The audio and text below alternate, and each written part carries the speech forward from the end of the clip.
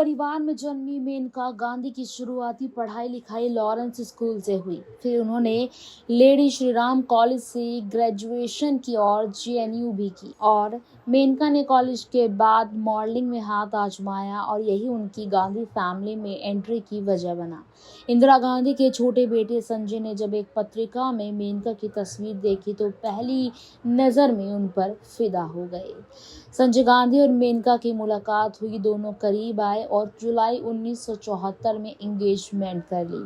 2 महीने बाद सितंबर 1974 में दोनों शादी के बंधन में भी बंध गए। संजय गांधी और मेनका गांधी का साथ करीब 6 साल का रहा। जून 1980 में संजय गांधी की विमान दुर्घटना में मौत हो गई। संजय के जाने से इंदिरा गांधी को एक गहरा धक्का लगा। उन्होंने संजय की जगह लेने के लिए अपने बड़े बेटे राजीव गांधी को आगे कर दिया। हालांकि कांग्रेस के तमाम नेता संजय की पत्नी मेनका गांधी को उनका वारिस मान रहे थे। खुद मेनका को भी लग रहा था कि अपने पति की विरासत की असली हकदार वही हैं। संजय गांधी के वफादार रहे तमाम कांग्रेसी नेता मेनका गांधी के पीछे खड़े थे और उन्हें समर्थन दे रहे थे। इसमें उत्तर प्रदेश कांग्रेस के कद्दावर नेता अकबर अहमद डंपी भी शामिल थे। मार्च 1982 में डंपी ने लखनऊ में एक सभा का आयोजन किया जिसमें संजय गांधी की विरासत को याद किया जाना था। एक तरीके से इस सभा का मकसद शक्ति प्रदर्शन करना और यह जताना था कि संजय की विरासत की हकदार सिर्फ और सिर्फ मेनका गांधी ही है। मेनका बाकायदे इस सभा में आने का न्योता भेजा गया।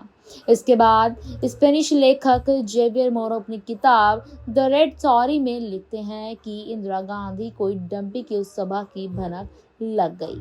ठीक उसी समय उन्हें लंदन भी जाना था। इंदिरा ने बहू मेनका को बुलाकर लखनऊ की सभा में न जाने की सख्त नसीहत दी। हालांकि मेनका ने उनकी बात नहीं मानी, सभा में गई और वहां धारदार भाषण दे दिया। इंदिरा भारत लौटी तो उन्हें मेनका के सभा में जाने का पता चल गया। वह आग बबूला हो गई।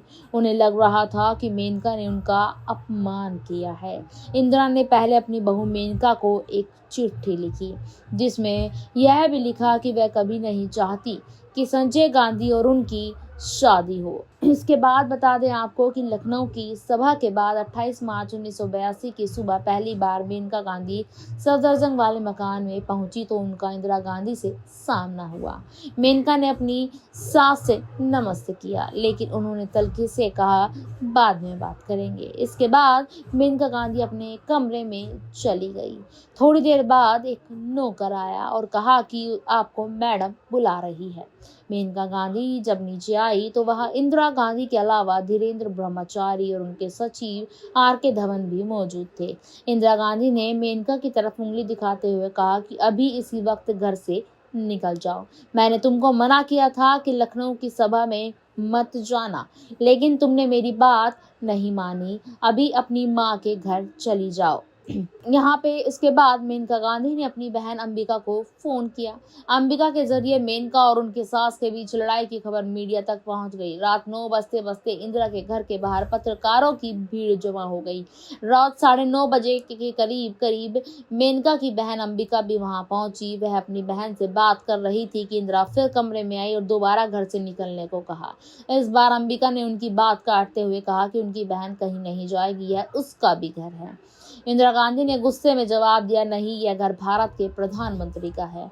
इसके बाद मेनका गांधी अपना सामान पैक करने लगी। उधर इंदिरा गांधी ने अपने मुख्य सचिव पीसी अलेक्जेंडर को बुलवाया। इंदिरा गांधी चाहती थी कि उनका पोता वरुण गांधी उनके पास ही रहे, लेकिन अलेक्जेंडर और दूसरे लोगों ने समझाया कि वह कानूनी तौर पर संभव नहीं है। इसके बाद रात 11 बजे मेनका गांधी हाथ में एक सूटकेस थामे गाड़ी पर बैठी और अपनी माँ के घर रातों रात रवाना हो गई।